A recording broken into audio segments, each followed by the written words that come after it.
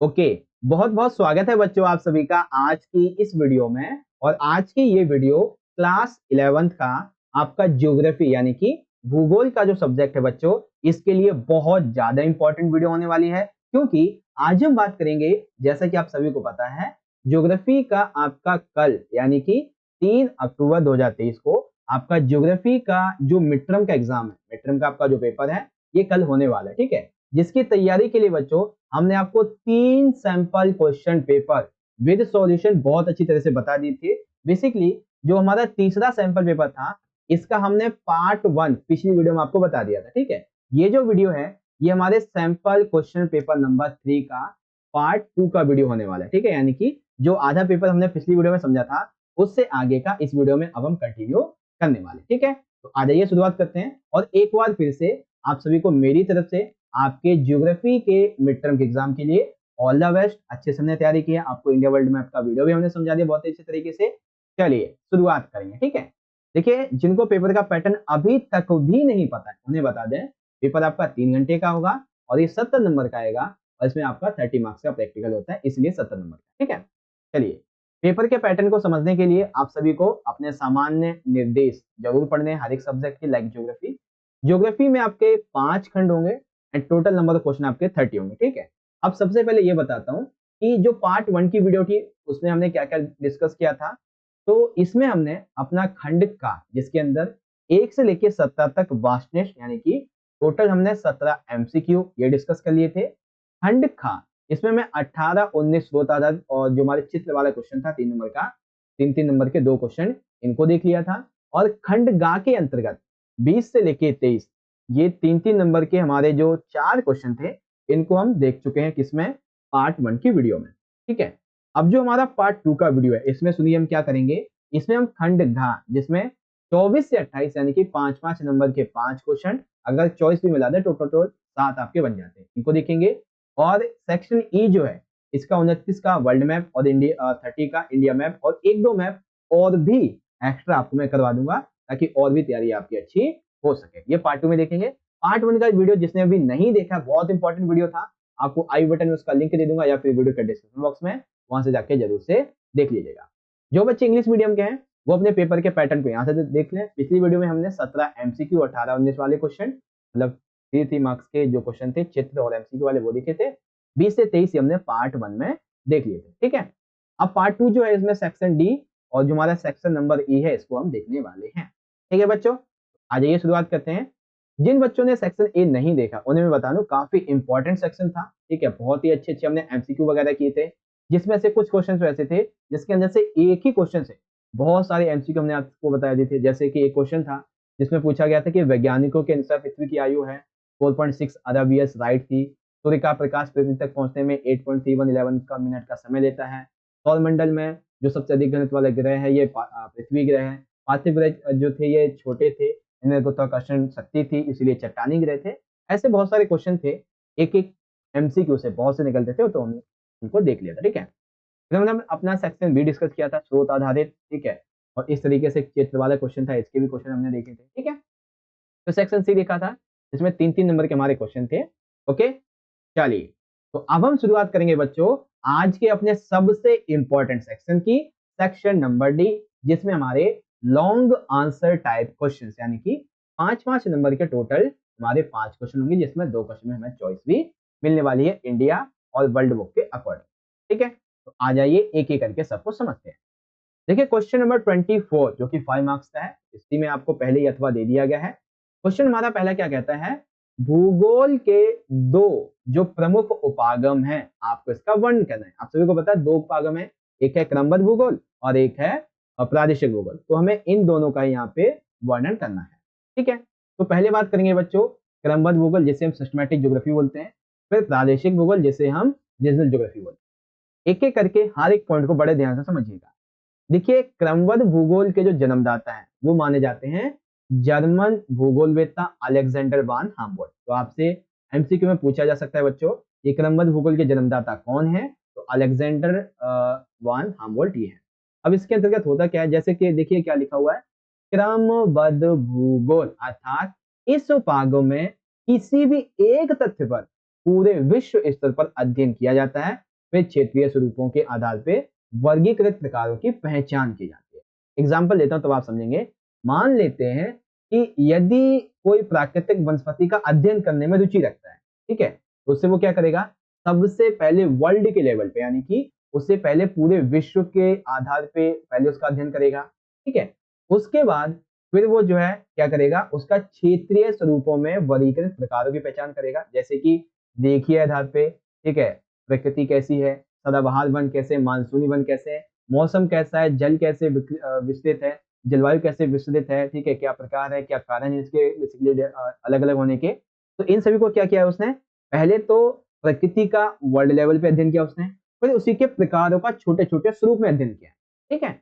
इसीलिए कहा जाता है कि क्रमबद्ध भूगोल जो है वो हमारे सामने बहुत सारी खोजों को, बहुत सारे तथ्यों को प्रस्तुत करता है। क्रमबद्ध भूगोल में एक विशिष्ट भौगोलिक जो तत्व है इसका अध्ययन किया जाता है, ठीक है। तो क्रमबद्ध भूगोल बहुत ही आसान है, बहुत ही सिंपल है समझना, आई होप आप समझ गए होंगे। दूसरा क्या है, दूसरा है प्रादेशिक भूगोल। जैसे कि नाम से पता चलता है, छोटे छोटे प्रदेशों में डिवाइड करके। तो आपसे एमसीक्यू में पूछा जा सकता है कि प्रादेशिक भूगोल के जन्मदाता कौन है, तो कॉल लेटर है। इसमें क्या होता है, प्रादेशिक उपागम में विश्व को विभिन्न पदानुक्रम एक स्तर के प्रदेशों में व्यक्त किया जाता है, फिर एक विशेष प्रदेश में सभी भौगोलिक तत्वों का अध्ययन किया जाता है। यह प्रदेश राजनीति का निर्दिष्ट भी हो सकते हैं। जैसे कि एग्जाम्पल दिया गया है कि प्रादेशिक भूगोल में किसी एक प्रदेश की क्या कहते हैं, जितनी भी भौगोलिक तत्व होते हैं इनका अध्ययन किया जाता है। जैसे मान लेते हैं पहले क्या क्या वर्ल्ड देखा, ठीक है, वर्ल्ड में से किसी एक एरिया की, लाइक मान लेते हैं इंडिया की, या फिर भौगोलिक तत्व के हिसाब से कुछ भी किसी एक कंट्री को, एक रीजन को सिलेक्ट किया। अब उस रीजन के अंदर जितने भी भौगोलिक तत्व हैं ये उनका अध्ययन करेंगे, जितने भी भौगोलिक तत्व वट एवर जितने भी हैं उन सभी का, लेकिन किसी एक पर्टिकुलर एरिया में, ठीक है। लेकिन जो क्रमबद्ध भूगोल होता है इसमें क्या होता है, इसमें पूरे वर्ल्ड लेवल पे किसी एक टॉपिक का ही अध्ययन किया जाता है, फिर उसके छोटे छोटे स्वरूपों का अन्य आधारों पर अध्ययन किया जाता है। ये डिफरेंस है, ठीक है। आई होप आपको समझ में आ गया होगा कि क्रमबद्ध भूगोल क्या है और आपका ये वाला क्या है। अब प्रादेशिक भूगोल जो है इसमें किसी प्रदेश के वातावरण और मानव के बीच के जो अंतर संबंध है इनको समझा जा सकता है, क्योंकि इसमें अध्ययन किसका होता है, किसी एक भौगोलिक तत्व का ही होता है, ठीक, मतलब किसी एरिया के सभी भौगोलिक तत्व का, इसलिए वातावरण और जो मानव है इसके संबंध को समझा जा सकता है, ठीक है। बहुत ही सिंपल सा क्वेश्चन था और बहुत ही आसानी तरीके से आपको यहाँ पे समझ में भी आ गया होगा, ठीक है। तो पहला क्वेश्चन, भूगोल के दो उपागम प्रादेशिक और क्रमबद्ध, आई होप आप समझ गए हो। अब हम बात करते हैं अथवा वाले क्वेश्चन, यानी कि अगर आपको ऊपर वाला नहीं आता है तो आप ये नीचे वाला क्वेश्चन में क्या दिया गया है, ब्रह्मांड की उत्पत्ति के संबंध में सर्वमान्य सिद्धांत कौन सा है, तो हम सभी को पता है बिग बैंग थ्योरी। इसका आपको पूर्ण रूप से वर्णन करना है। आइए बिग बैंग थ्योरी का हम पूर्ण रूप से अब यहाँ पे वर्णन करते हैं, ठीक है। देखिए, ब्रह्मांड की उत्पत्ति से संबंधित सर्वमान्य सिद्धांत है बिग बैंग थ्योरी, जिसे दूसरे नाम से पुकारा जाता है विस्तारित ब्रह्मांड परिकल्पना, ठीक है। और इस बिग बैंग सिद्धांत को 1920 में जो एडविन हम्बल थे इन्होंने दिया था। अब इसके अंतर्गत कई अवस्थाएं बताई गई थी जिसकी वजह से ब्रह्मांड का विस्तार हुआ। क्या क्या अवस्थाएं बताएंगी, सबसे पहले ये कहा गया कि वे सभी पदार्थ जिनसे कि ब्रह्मांड बना हुआ है वे पहले एक बहुत ही छोटे गोलक, यानी कि एक छोटे के परमाणु के रूप में एक ही जगह पर स्थित है, जिनका आयतन अत्यधिक सूक्ष्म था और घनत्व तापमान बहुत ही ज्यादा था। जैसे आपने परमाणु बम देखा है ना, तो उसमें देख सकते हैं कितना तापमान होता है, कितना अत्यधिक घनत्व होता है, जैसे ही वो फूटता है ना तो कई किलोमीटर के एरिया को वो ध्वस्त कर देता है। तो ऐसे ही वे सभी पदार्थ जिससे हमारा ब्रह्मांड बना हुआ है, शुरुआत में वो भी ऐसे ही अति छोटे जो गोलक थे उनके रूप में स्थित थे, जिनका आयतन जो था वो बहुत अधिक था, ठीक है, सूक्ष्म था एवं तापमान और जो घनत्व था वो बहुत ही ज्यादा था, जिसकी कोई परिकल्पना की ही नहीं जा सकती। फिर धीरे धीरे करके परमाणु में जब अत्यधिक ऊर्जा संचित होने लगी, उसकी वजह से क्या हुआ, वो छोटा सा जो गोलक था उसमें विस्फोट हुआ, अर्थात जो छोटा सा गोलक था ये जब विस्फोट हुआ तो ये इस तरीके से बड़े से रूप में, इतने बड़े से रूप में ये फैल गया। तो इससे क्या हुआ, इससे मात्र 1 मिली सेकेंड के अंदर ही ब्रह्मांड का विस्तार हुआ, ठीक है। बिग बैंग 3 लाख वर्षों के दौरान बताता है कि तापमान जो है वो 4500 केल्विन तक कम हो गया एवं परमाणुीय पदार्थों का निर्माण हुआ, जिससे कि ब्रह्मांड पारदर्शी हो गया। वैज्ञानिकों का मानना है कि बिग बैंग की घटना आज से 13.7 अरब वर्ष पहले हुई थी। तो एमसीक्यू में आ सकता है बिग बैंग की घटना कब घटित हुई थी, तो आज से तकरीबन 13.7 अरब वर्ष पहले। और आज भी ब्रह्मांड का जो विस्तार है ये हो रहा है। ब्रह्मांड के विस्तार का मतलब है कि आकाशगंगा और अंतरिक्ष इनमें वृद्धि डेली बेसिस पे होती जा रही है। कुछ अवस्थाएं हैं, जैसे आप यहाँ पे देखेंगे तो ये एक छोटा सा अति गोलक था, ठीक है, जिसमें आज जो हमारा ब्रह्मांड है ये पूरी तरीके से विस्तृत था। तो जैसे ये गोलक फूटा, ये देख सकते हैं, ये जैसे ये गोलक फूटा, फिर पहले ये इतना हुआ, फिर धीरे धीरे इतना और ये इतना, और आज भी ये प्रक्रिया बढ़ती ही जा रही है, ठीक है। और इसका अर्थ ये है कि आकाशगंगा और अंतरिक्ष ये आज भी बढ़ रहे हैं, ठीक है ना। तो चित्र के माध्यम से आपको समझ में आ गया कि बिग बैंग सिद्धांत के संबंध में क्या क्या बातें आपको लिखनी है, ठीक है बच्चों। चलिए क्वेश्चन नंबर 24, हिंदी और इंग्लिश। सॉरी, हिंदी में तो अभी समझाया, इंग्लिश में कहा समझाया सर आपने। चलिए इंग्लिश में देखिए, describe the two main approaches of geography. तो फर्स्ट है सिस्टमैटिक ज्योग्राफी, जिसके बारे में आप ये पॉइंट पढ़िए, एंड सेकंड आ जाता है हमारा रीजनल ज्योग्राफी, जिसके बारे में आप ये 5 पॉइंट पढ़ सकते हैं। देखिए हिंदी में आपको समझा दिया है, इंग्लिश के लिए सेंटेंस फॉर्मेशन आपको प्रोवाइड करवा दी गई। फिर बात आती है बिग बैंग थ्योरी की। तो बिग बैंग थ्योरी किसने दी थी भाई, क्या थी, तो 1920 एडी में एडविन हबल ने दी थी, एडविन हबल के द्वारा। इसमें क्या क्या स्टेजेस होती हैं, तो टोटली 3 से 4 स्टेजेस हैं, ठीक है, जिसके बारे में आप यहाँ से इजीली पढ़ सकते हैं, ठीक है। 1 मिनट आपका ये हो जाएगा, ओके। चलिए अब बात करते हैं क्वेश्चन नंबर 25 की। अब 25 में देखिए, जो हमारा सैंपल पेपर नंबर 1 था, उसमें मैंने आपको बताया था गंगा नदी की प्रमुख विशेषताओं के बारे में। आज हम बात करेंगे ब्रह्मपुत्र नदी की मुख्य विशेषताओं के बारे में, यानी कि इसका मूल्यांकन करेंगे, एक तरीके से विशेषता ही है वही मान लीजिए, है ना। तो ब्रह्मपुत्र नदी की मुख्य विशेषताओं का मूल्यांकन निम्नलिखित है। सबसे पहले, यह नदी भारत की ही नहीं बल्कि संसार की जितनी बड़ी बड़ी नदियां हैं उनमें से एक नदी मानी जाती है, और ये 3 देशों से होकर बहती है। एक तो हमारा भारत है, एक पाकिस्तान है, ठीक है। ब्रह्मपुत्र कैलाश पर्वत श्रेणी में मानसरोवर की झील के निकट, जिसका एक ही हिमनद है जिसका नाम है चिमायुंगुक हिमनद, यहाँ से ये निकलती है, ठीक है। उद्गम स्थान से ब्रह्म हिमालय श्रेणी के समानांतर पूरब की ओर बहती है, इसीलिए ये पूर्ववर्ती नदी है। तो पहला इसका जो एरिया वो कहाँ पे हो गया, वो हो गया चाइना में, ठीक है, China in the sense Mansarovar झील के पास में। तो याद रखना, आपसे जब मैप में पूछा जाएगा, ठीक है, कि ब्रह्मपुत्र नदी का उद्गम स्थल कहाँ पे है, तो बता देंगे मानसरोवर झील है, और कहाँ पे, चाइना में, ठीक है। जब यह नदी तिब्बत में प्रवेश करती है, तो इस नदी को तिब्बत में किस नाम से जानते हैं बच्चों, सांगपो के नाम से जानते हैं, जिसका अर्थ है पवित्र करने वाला, ठीक है। और मध्य हिमालय में से नमचा बरवा के निकट गहरे महाखंड का ये निर्माण करती है। तो सिंपल सी बात है, तिब्बत में किस नाम से जानते हैं, सांगपो नाम से, जिसका अर्थ होता है पवित्र करने वाला। तो इनके लिए बहुत ही पवित्र नदी है तिब्बती लोगों के लिए, ठीक है। यहाँ से एक प्रभुत्व व तेज बहाव वाली नदी के रूप में ये निकलती है, कहाँ से, हिमालय से, ठीक है। हिमालय के नमचा बरवा के निकट यहाँ से निकलती है बेसिकली, जहाँ इसे दिहांग कहा जाता है।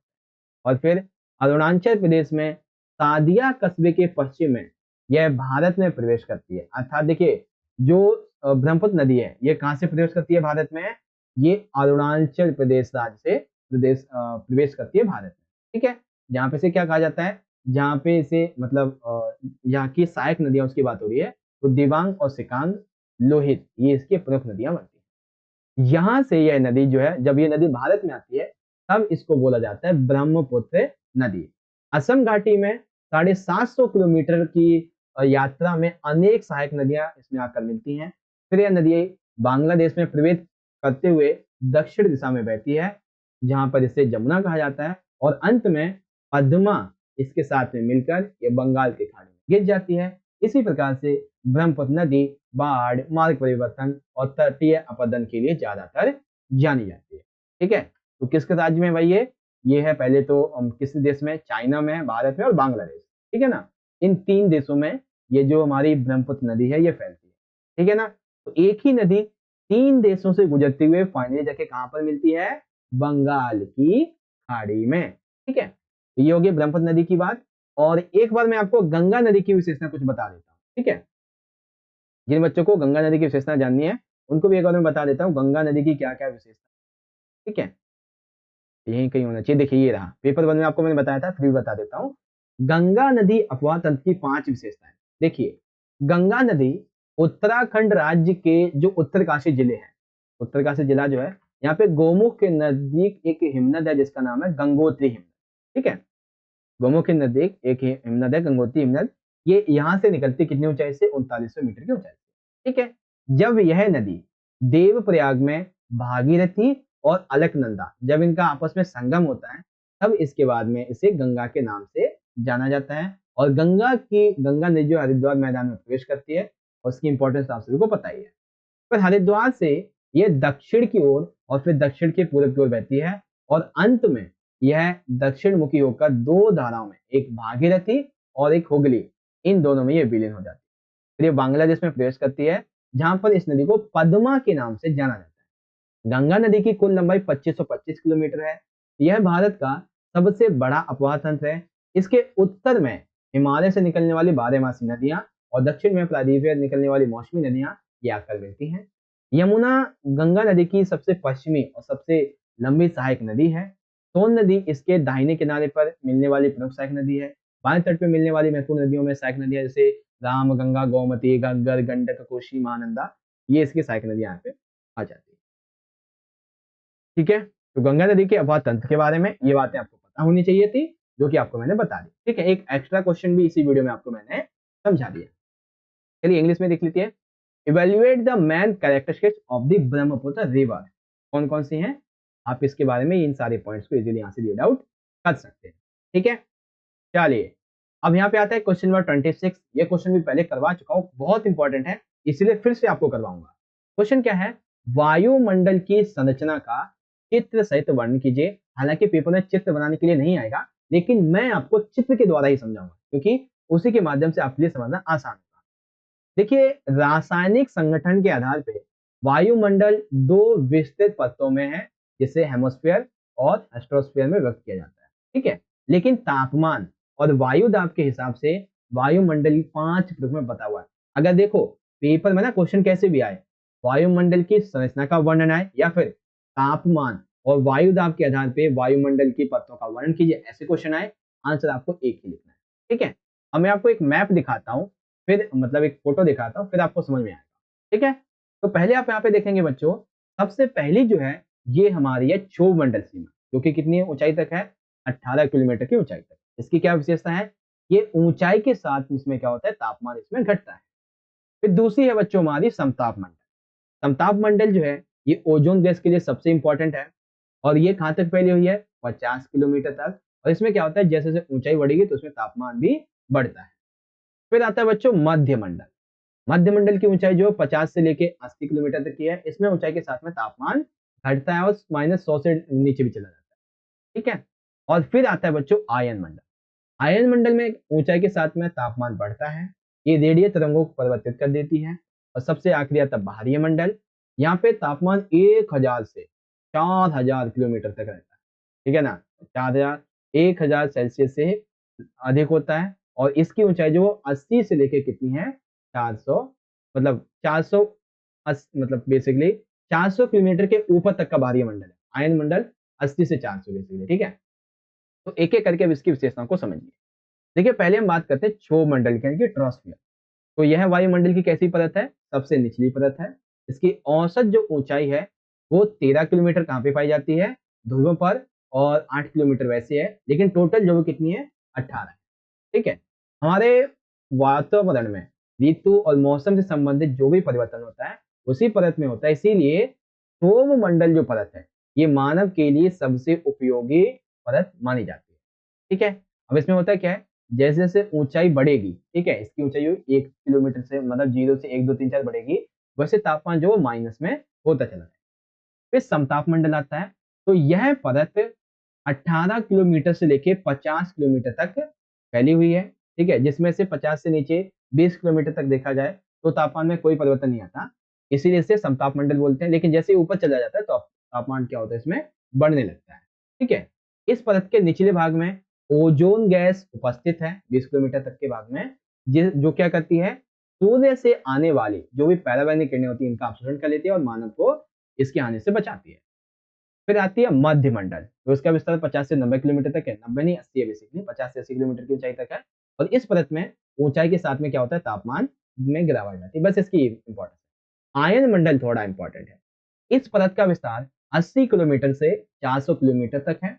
यहाँ उपस्थित गैस के कण विद्युत अवशोषित होते हैं, इसीलिए इसको आयन कहा जाता है। आयन मंडल जो है पृथ्वी से प्रेषित होने वाली रेडियो तरंगों को परावर्तित करके पृथ्वी पर वापस भेज देती है, इसीलिए रेडियो तरंगों के लिए बहुत इंपॉर्टेंट मानी जाती है। और बाहरी मंडल 400 किलोमीटर के ऊपर का जो भी मंडल है बाहरी मंडल है, उसके बाद में इसकी कोई सीमा नहीं है।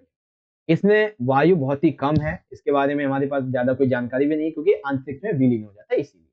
ठीक है, तो 5 इसकी विशेषता है और हर एक की क्या क्या विशेषता है उसको हमने आपको चित्र के माध्यम से यहाँ पे समझा दिया बहुत बढ़िया तरीके।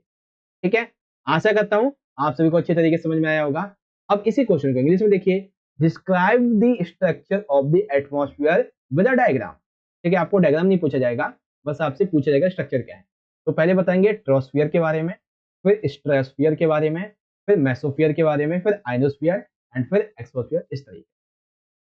ठीक है, चलिए आगे बात करते हैं क्वेश्चन नंबर 27 की। अब 27 में देखिए, वैसे आपको अथवा तो मिलेगा नहीं, लेकिन यहाँ पे मैंने अथवा ले लिया है एक क्वेश्चन को और समझाने के लिए। ठीक है, देखिए मतलब मेरा सिंपल सा कहने का ये कि 5 नंबर की केवल 2 क्वेश्चन आपको चॉइस मिलेगी, जहां तक मेरा अनुमान है अकॉर्डिंग टू पेपर के पैटर्न। ठीक है, देखिए क्वेश्चन क्या है, महाद्वीपीय विस्थापन व प्लेट विवर्तनिक जो सिद्धांत है आपको इसमें मूलभूत अंतर बताना। अब आप कहोगे सर ये तो 3 नंबर का क्वेश्चन है, नहीं, ये क्वेश्चन भी 5 नंबर में आ सकता है। ठीक है, चलिए पहले बात करते हैं बच्चों महाद्वीपीय विस्थापन सिद्धांत की, फिर आगे कुछ और बात करें।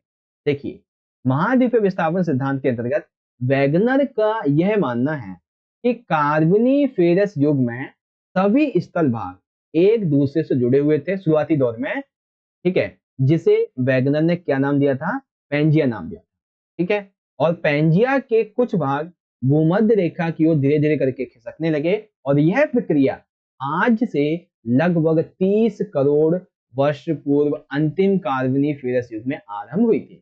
तो महाद्वीपीय विस्थापन सिद्धांत क्या, सिंपल सी, जो महाद्वीप जितने भी स्थलखंड आज टूटे टूटे हैं वो पहले एक ही बड़े स्थल से जुड़े हुए थे जिसको पेंजिया बोला जाता था, लेकिन धीरे धीरे करके पृथ्वी में जब हलचल हुई तो जो पेंजिया के कुछ भाग थे लैंड एरिया वो क्या होने लगे, एक दूसरे से टूटने लगे, इधर उधर होने लगे। ठीक है, फिर आया बच्चों प्लेट विवर्तनिक का सिद्धांत। इसके अंतर्गत लगभग 20वीं शताब्दी के आरंभिक चरण में महाद्वीपीय विस्थापन सिद्धांत को स्वीकार करने में सबसे बड़ी चुनौती यह थी चुनौती यह थी कि विद्वान यह नहीं समझ पा रहे थे कि सियाल से बने हुए महाद्वीप सीमा पर कैसे तैरते हैं, अर्थात वे महाद्वीप जो सियाल से बने हुए हैं वो पानी के ऊपर कैसे तैर सकते हैं और विस्थापित भी हो जाते, टूट भी जाते हैं। इसीलिए उस समय विद्वानों का यह विचार था कि महासागरीय भूपट्टी बेसाल्टिक स्तर का ही विस्तार है, अर्थात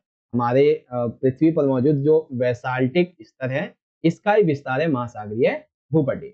फिर यहाँ पे आर्थर होम्स जी आए तो इन्होंने 1928 में बताया कि भूगर्भ में तापमान में अंतर होने के कारण जब समुद्र से संवहनीय धाराएं चलती हैं जिससे कि प्लेटों को गति प्रदान होती है, इस प्रकार प्लेटें सदा गतिशील रहती हैं और महाद्वीपों में विस्थापन पैदा करती हैं। ठीक है, तो ये था हमारा प्लेट विवर्तनिक का सिद्धांत, बहुत ही सिंपल सा था। ये क्वेश्चन 3 नंबर में भी और 5 नंबर में आ सकता है, मेन चीज थी आपको पता होना चाहिए था। ठीक है, अगला क्वेश्चन क्या आता है कि अपक्षय का महत्व क्या है, पहला। दूसरा, अंतर्जनित और बहिर्जनित दोनों ही बल पृथ्वी निर्माण के समय अपना कार्य बहुत ही अनुशासित तरीके से करते आ रहे हैं, किंतु वर्तमान में मानवीय हस्तक्षेप बढ़ने से इनकी गति में असामान्य वृद्धि हुई है, ऐसा क्यों है, ध्यान से समझिए।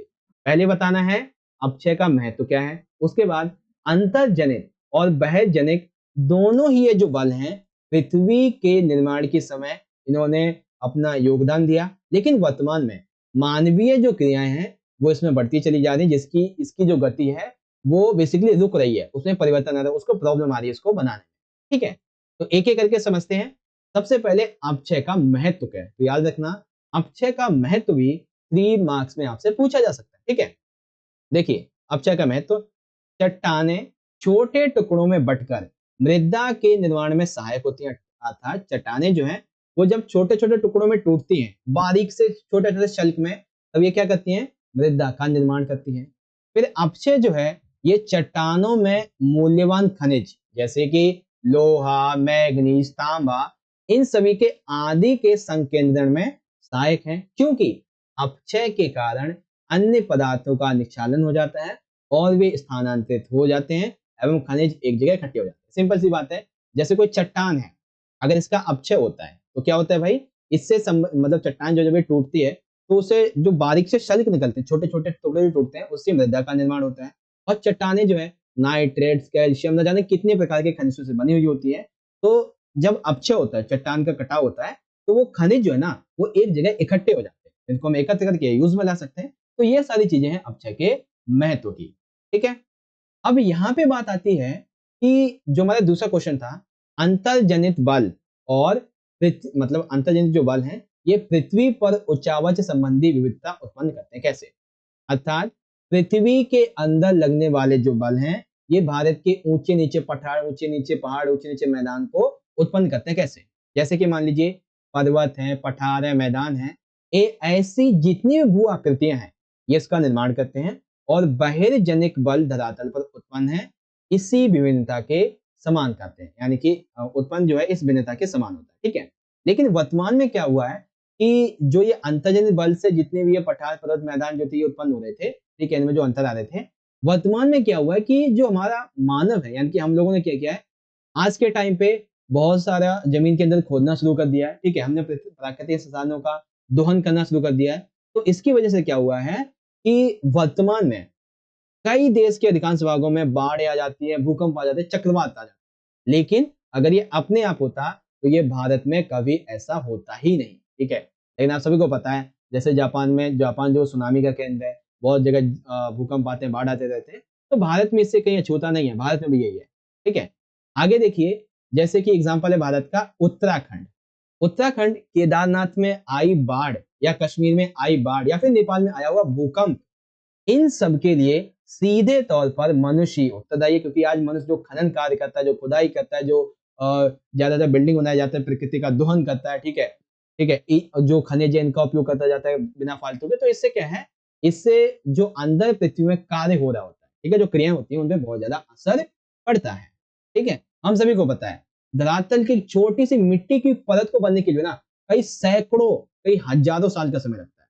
ठीक है, लेकिन आज मानव के द्वारा इसका दुरुपयोग किया जा रहा है और इसकी वजह से जितने भी हमारे संसाधन हैं वो खत्म होते जा रहे हैं। यदि उन प्रक्रियाओं को जिन्होंने धरातल को रूप दिया है अगर वो सही रूप से कार्य नहीं करेंगी तो ये बात निश्चित है कि मानव के द्वारा किए क्रियाकलापों से जो पृथ्वी को नुकसान होता रहेगा और बहुत ही जल्द जो अंदर क्रियाएं हो रही हैं वो एक विनाश रूप ले लेंगी और धरती पर फिर वो विनाश रूप में देखने को मिलेगा। इसलिए कहा जाता है कि प्रकृति के नियमों के खिलाफ मानव को नहीं जाना चाहिए, लेकिन आजकल तो सब कुछ चलता है। ठीक है, तो ये चीजें थी।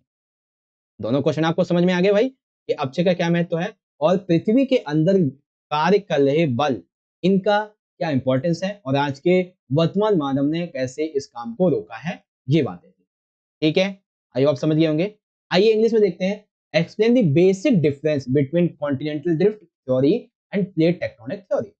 तो कॉन्टिनेंटल ड्रिफ्ट थ्योरी क्या है, फिर प्लेट टेक्टोनिक थ्योरी क्या है, इसके बारे में आप ये पॉइंट यहां से पढ़ सकते हैं। एंड उसके बाद में क्या क्वेश्चन था हमारा, क्वेश्चन ये था कि what is the importance of weathering and why both anionic and exonic forces have been doing their work in very disciplined manner since the time of earth formation, but due to increasing human interference at present their speed has increased abnormally।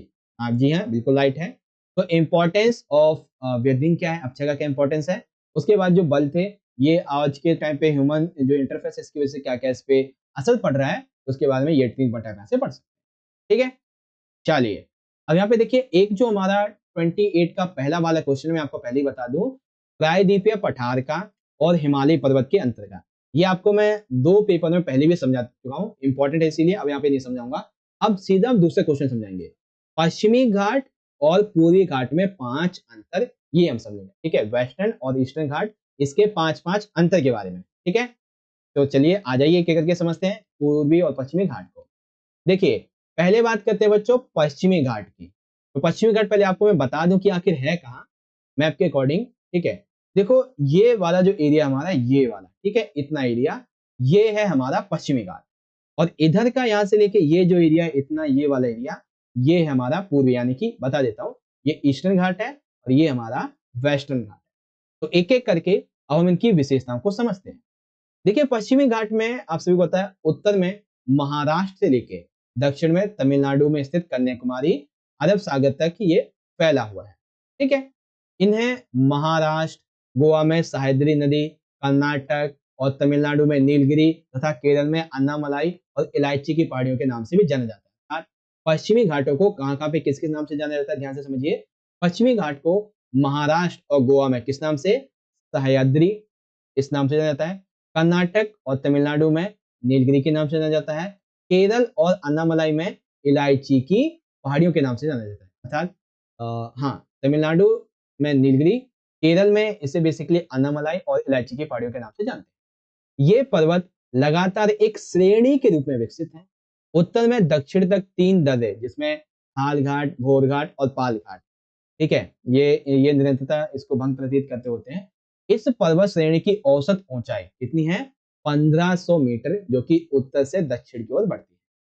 प्रायद्वीपीय पठार की वो सबसे ऊंची जो चोटी है, वो है अन्नामुडी चोटी, जो कि कितनी है, 2695 मीटर, जो कि पश्चिमी घाट की पर्वत की अन्नामलई पहाड़ियों में स्थित है।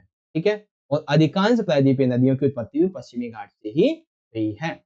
तो पश्चिमी घाट की ये विशेषताएं हैं जो कि आपको पता होनी चाहिए थी, और आई होप आपको समझ में भी आ गया होगा। ठीक है, तो पश्चिमी घाट के बारे में ये बातें आप याद रखेंगे, कहां से कहां तक फैला हुआ है, इसको कहां कहां किस नाम से जाना जाता है, कितनी श्रेणी है। ठीक है, सबसे मतलब इसकी ऊंचाई क्या है और सबसे बड़ी चोटी कौन सी, ये वाली। ठीक है, चलिए अब बात आती है पूर्वी घाट की।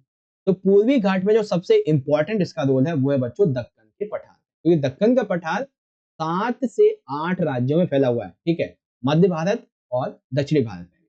देखिए, दक्कन पठार की पूर्वी सीमा और पूर्वी घाट के पर्वत महानदी की घाटी से होकर दक्षिण में नीलगिरी तक फैले हुए। महानदी कहाँ पे है बेसिकली, ये एमपी का जो हमारा क्या बोलते हैं, जो महाबलेश्वर नहीं, उसका नाम मुझे याद नहीं आ रहा, वहां पे बेसिकली। ठीक है, पूर्वी घाट की मुख्य श्रेणियां, जिसमें से जावादी पहाड़ियां हैं, पालकोंडा श्रेणी है, नल्ला मल्ला पहाड़ियां हैं और महेंद्रगिरी पहाड़ियां, ये इसके अंतर्गत आती हैं। पूर्वी घाट की श्रेणी लगातार नहीं है, क्योंकि इसमें कई बड़ी नदियों ने काट के अपना मार्ग बनाया, तो ये छोटे छोटे पार्ट में डिवाइडेड है। ठीक है, इस पर्वत श्रेणी की औसत लघु ऊंचाई जो है वो मात्र कितनी है, 600 मीटर है, और नदियों के द्वारा अपदित होने के कारण ये जो है और भी कम होती चली जा रही है। ठीक है, पूर्वी और पश्चिमी घाट के पर्वत नीलगिरी पहाड़ियों में आपस में मिलते हैं, जो कि कहाँ पे हैं, तमिलनाडु में। ठीक है, और इस श्रेणी से कोई बड़ी नदी नहीं निकलती, अर्थात जो श्रेणी है कौन सी, पूर्वी घाट की, यहाँ से कोई ज्यादा बड़ी नदी नहीं निकलती, लेकिन पश्चिमी घाट से निकलती है, जैसा हमने देखा। ठीक है भाई, तो पूर्वी घाट और पश्चिमी घाट, इनकी विशेषता आप बता देंगे अच्छे तरीके से।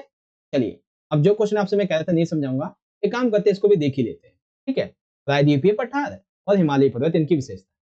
देखिए, प्रायद्वीपीय पठार जो है, ये कठोर शैलों के प्राचीन भूखंड है, अर्थात ये कठोर शैलों से बने हुए, जो कि बहुत ही ज्यादा प्राचीन है। इनका निर्माण एक उत्खंड के रूप में हुआ है। यह कैम्ब्रियन कल्प से लेकर आज तक स्थल ही रहे हैं हमेशा, इसमें कोई डिफरेंस नहीं आया है।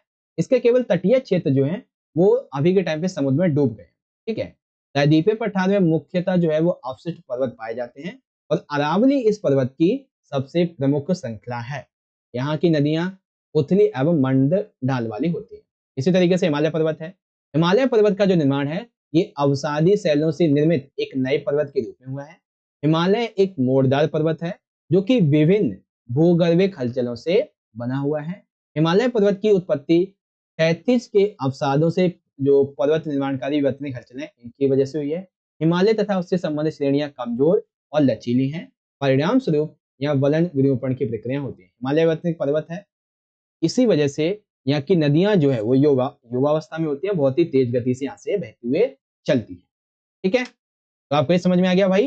इसी तरीके से प्रायद्वीपीय पठार वगैरह के बारे में इस तरीके से इंग्लिश में देखेंगे, explain 5 differences between peninsular plateau and the Himalayan mountains.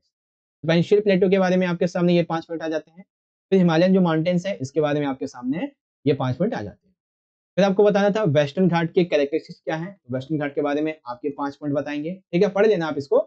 फिर ईस्टर्न घाट के बारे में बातें आएंगी, तो आप इजीली इनको यहाँ से देख सकते हैं, ठीक है बच्चों। तो इस तरह से आपको समझ में आ गया होगा, जहां तक मुझे लगता है, आपका सेक्शन नंबर डी, जिसमें हमने 5-5 नंबर के अपने 5 मोस्ट इंपॉर्टेंट क्वेश्चन को किया था, ठीक है। अगर आप सभी को एक ऐसी लाइव चाहिए बच्चों, ठीक है, एक बार मैं मैप की तरफ चलता हूँ, फिर आपसे कुछ पूछता हूँ, आप मुझे कमेंट बॉक्स में अपने इसका आंसर देना, ठीक है। यहाँ पे सेक्शन बेसिकली हमारा ई स्टार्ट होगा, जिसमें मैप बेस्ड क्वेश्चन होंगे। अब मैप को करने से पहले एक चीज जो आपसे पूछना चाहता हूँ, आप मुझे बताना कि क्या आपको एक ऐसी लाइव क्लास चाहिए जिसके अंतर्गत हम आपके 3 जो सैंपल पेपर हैं इनको एक ही बार में बहुत अच्छे से डिस्कस करें, साथ ही कुछ और एमसीक्यूज की भी प्रैक्टिस करें, और साथ ही जितने भी मोस्ट इंपॉर्टेंट मैप हैं इनको लाइव में आपको सॉल्व करके बताऊं, ताकि आपके डाउट सारे सारे क्लियर हो जाएं। तो अगर आपको ऐसी क्लास चाहिए तो आप सभी के सभी बच्चे मुझे कमेंट बॉक्स में इसका आंसर जरूर दीजिएगा, अगर आपको ऐसी लाइव क्लास चाहिए तो, ठीक है। तो चलिए आ जाइए आगे बात करते हैं। लाइव क्लास चाहिए तो कमेंट में बताना। बाकी 29 जो है ये हमारा वर्ल्ड मैप का होगा, इसमें एक मैप जो बहुत ज्यादा इंपॉर्टेंट है वो है 5 प्लेटों के बारे में, ठीक है। 5 प्लेट याद रखना, और जो 7 महाद्वीप हैं इनकी विशेषताएं आएंगी यहाँ, ठीक है ना। तो आइए क्या समझते हैं, हमारी प्लेटों के बारे में जानने से पहले पहले महाद्वीप की बात करते हैं, ठीक है। तो जो हमारा सबसे पहला महाद्वीप है भाई वो कौन सा है, वो यहाँ पे दिया हुआ है ये वाला, इसको बोलते हैं बच्चों अंटार्कटिक महाद्वीप। कौन सा, अंटार्कटिक महाद्वीप। इस जगह पे यहाँ पे जो है ये हमारा नॉर्थ अमेरिकन यानी कि उत्तरी अमेरिकी महाद्वीप दूसरा जाता है। तीसरा बच्चों हमारा यहाँ पे है जो कि है साउथ अमेरिकन यानी कि दक्षिणी अमेरिकी महाद्वीप, ठीक है। अब चौथा जो है वो हमारे बेसिकली यहाँ पर आ जाता है, ठीक है। और पांचवा जो है वो हमारा यहाँ पे आ जाता है, आ गया, हाँ पांचवा ऑस्ट्रेलिया महाद्वीप आ जाता है, ठीक है। ये कोई महाद्वीप नहीं है तो प्लेट थी, ठीक है। चौथा ये चौथा हमारा अफ्रीका महाद्वीप है, यहाँ पे अफ्रीका। पांचवा ऑस्ट्रेलिया महाद्वीप है, ठीक है। और फिर जो छठा है वो हमारा इधर आ जाता है एशिया महाद्वीप ये वाला, और सातवां जो है वो यहाँ पे आ जाता है यूरोपीय महाद्वीप। तो इस तरीके से महाद्वीपों को अंकित करने के लिए आपसे पेपर में पूछा जा सकता है। अब जहां तक रही बात प्लेटों की, ठीक है, जो प्लेटें हैं इनकी बात करेंगे तो आप यहाँ पे देखेंगे महाद्वीप के अनुसार ही आपकी प्लेटें भी डिवाइड है। जैसे कि पहली प्लेट है अंटार्कटिक प्लेट जो कि सबसे नीचे है, दूसरी प्लेट है उत्तरी अमेरिकी प्लेट, तीसरी है दक्षिणी अमेरिकी प्लेट, चौथी है कैरेबियन प्लेट जो कि ऑस्ट्रेलिया के ऊपर की तरफ साइड में है, पांचवी है इंडो ऑस्ट्रेलियाई प्लेट, और छठी है आपकी अफ्रीकी प्लेट जो कि यहाँ है, और सातवीं है यूरेशियाई प्लेट। आइए बताता हूँ आपको, सबसे पहली कौन सी है, सबसे पहली है अंटार्कटिक, अंटार्कटिक प्लेट आपकी यहाँ पे है। दूसरी है आपकी नॉर्थ अमेरिकन प्लेट, तो वो आपकी यहाँ पे आती है। तीसरी है साउथ अमेरिकन प्लेट, ठीक है, तो यहाँ पे आ जाती है। चौथी आपकी कैरेबियन प्लेट जो कि यहाँ पे आ जाती है। पांचवी है इंडो ऑस्ट्रेलिया प्लेट जो कि यहाँ पे आ जाती है। छठी है अफ्रीकी प्लेट जो कि इस जगह पे है, और सातवीं है यूरेशिया प्लेट जो कि यहाँ पर है। लीजिए हो गया आपका 5 नंबर यहाँ पे तैयार। और एक आधी जो छोटी छोटी 1-2 प्लेट है आप उनको भी मैप में देख लेना। वैसे अगर आपको पूरा मैप समझना है, ठीक है ना, अगर आपको पूरे 10 नंबर मैप में चाहिए तो उसके लिए एक वीडियो ऑलरेडी हमने बना दिया, आप जाकर उसको जरूर देख लेना, लिंक आपको डिस्क्रिप्शन में देखने को मिल जाएगा, ठीक है। चलिए अब बात करते हैं यहाँ पे अगले मैप्स की। यहाँ पे दिया गया बच्चों कि भारत के दिए गए रेखा मानचित्र पर किन्हीं 5 प्रमुख पर्वतों को अंकित करके उनका नाम लिखिए। आ जाइए प्रमुख पर्वतों को अंकित करते हैं और उनका नाम को मतलब उनके नाम को लिखते हैं, ठीक है। देखिए सबसे पहला जो पर्वत है यानी कि पहाड़ियां, बेसिकली यहाँ पे पहाड़ियों को समझने के लिए आपको क्या करना है, कुछ बातों को ध्यान में रखना है, ठीक है। पर्वतों के नाम में सबसे पहली बात तो ये है भाई कि कुछ ऐसी पर्वतें हैं जो कि एक राज्य नहीं बल्कि कई सारे राज्यों में, जैसे कि सबसे पहली पर्वत श्रृंखला है काराकोरम पर्वत श्रृंखला, क्योंकि कहाँ पे है, जम्मू कश्मीर के इस एरिया से, ठीक है ना, ऊपर से ये नीचे की तरफ यहाँ पर, ठीक है ना, जम्मू कश्मीर से ये नीचे की तरफ इधर आ जाती है, ठीक है। अब जो और एक आसान है वो दूसरी है बच्चों हमारी गारो खासी जयंतियां, ये कहाँ पे है, ये हमारी हिमालय में, ठीक है। गारो खासी जो जयंतिया पहाड़ियां हैं ये कहाँ पे है, ये हमारी देख सकते हैं यहाँ पे हिमालय में बांग्लादेश के ऊपर में, ठीक है। फिर यहाँ पे आती है अगली पहाड़ी जो कि बहुत ही सिंपल से मैं आपको बताऊं, अरावली, ठीक है। अरावली बेसिकली 3 स्टेट में है, कौन सी आप देखेंगे, ये गुजरात से यहाँ से शुरू हो रही है और ये राजस्थान में होते हुए ये जा रही है यहाँ पे, कहाँ पे, ये जा रही है आपकी हरियाणा। गुजरात, राजस्थान और हरियाणा, ये 3 जगह है अरावली। ठीक है, फिर यहाँ पे चौथी आ जाती है बच्चों हमारी विंध्य पर्वत श्रृंखला। तो ये कहां से है, ये भी देखेंगे, गुजरात के इस निचले एरिया से, ठीक है, यहां से शुरू होती है और ये एमपी में जाते हुए, एमपी से जाते हुए ये यूपी में वाराणसी, यहां तक ये फैली हुई है, तीसरी विंध्य पर्वत श्रृंखला। और चौथी है सतपुड़ा, जो कि कहां पे, बेसिकली 4 स्टेट में, ये गुजरात में यहां से शुरू होती है। ठीक है, 5 मिनट के अंदर हमारा मैप खत्म हो जाएगा। फिर यहाँ पे ये महाराष्ट्र में जाते हुए छत्तीसगढ़ और ये एमपी, ये बेसिकली 4 स्टेट में फैली हुई है सतपुड़ा पर्वत श्रृंखला। बाकी आ जाती है आपके पश्चिमी घाट। तो पश्चिमी घाट में आपका देखो तमिलनाडु भी शामिल है, केरल भी शामिल है, कर्नाटक, गोवा, महाराष्ट्र ये शामिल है। पूर्वी घाट में भी आपका तमिलनाडु आ जाता है, ठीक है, इधर आंध्र प्रदेश आ जाता है, ओडिशा आ जाता है और पश्चिम बंगाल। ठीक है, तो ये कुछ मैप था आपका, जो कि आपको यहाँ पे मैंने समझा दिया। पिछली वीडियो में भी, पिछले पेपर में भी आपको मैंने बहुत से मैप समझाए थे। ठीक है, उसमें इंडिया का जो मैप था उसमें आपको मैंने बताया था बच्चों इसके बारे में, प्रमुख दर्रों के बारे में। जैसे कि पहला दर्रा जो शिपकीला दर्रा है, जो कि कहाँ पे है, हिमालय में यहाँ पे दिया गया है। फिर नाथुला दर्रा आपको बताया था जो कि सिक्किम में है। फिर जेल्पा दर्रा आपको बताया था जो कि भूटान में है। फिर भो तथा थारघाट दर्रा बताया था जो कि महाराष्ट्र में, और एक बताया था पालघाट जो कि आपका कहाँ पे है, केरल में। ठीक है, तो इस तरह से आज हमने, देखिए इस वीडियो के अंदर भी हमने कई सारे जो मैप थे इनको एक ही साथ में यहाँ पे बहुत अच्छी तरीके से कर लिया। ठीक है, तो इस तरह से आज की हमारी ये वीडियो यहाँ पे कंप्लीट हो जाती है और आशा करता हूँ आप सभी को आज का ये वीडियो अच्छा लगा होगा। वीडियो अच्छा लगा है, पेपर समझ में आ गया है, तो इस वीडियो को लाइक कर दीजिए, अपने सभी दोस्तों के साथ में इसको ज्यादा शेयर कीजिए और आप सभी को मेरी तरफ से आपके कल के ज्योग्राफी के पेपर के लिए ऑल द बेस्ट। अच्छे से पेपर करके आना, तैयारी में कोई कसर नहीं छोड़ी है। बाकी मुलाकात होगी आपसे अगले पेपर के वीडियो में, लाइक हिस्ट्री का हो गया या फिर आपका हिंदी का हो गया उसमें। ठीक है, चलिए मिलते हैं आपसे अगले वीडियो में। इस वीडियो को देखने के लिए आपका बहुत बहुत धन्यवाद। जय हिंद, जय भारत, वंदे मातरम।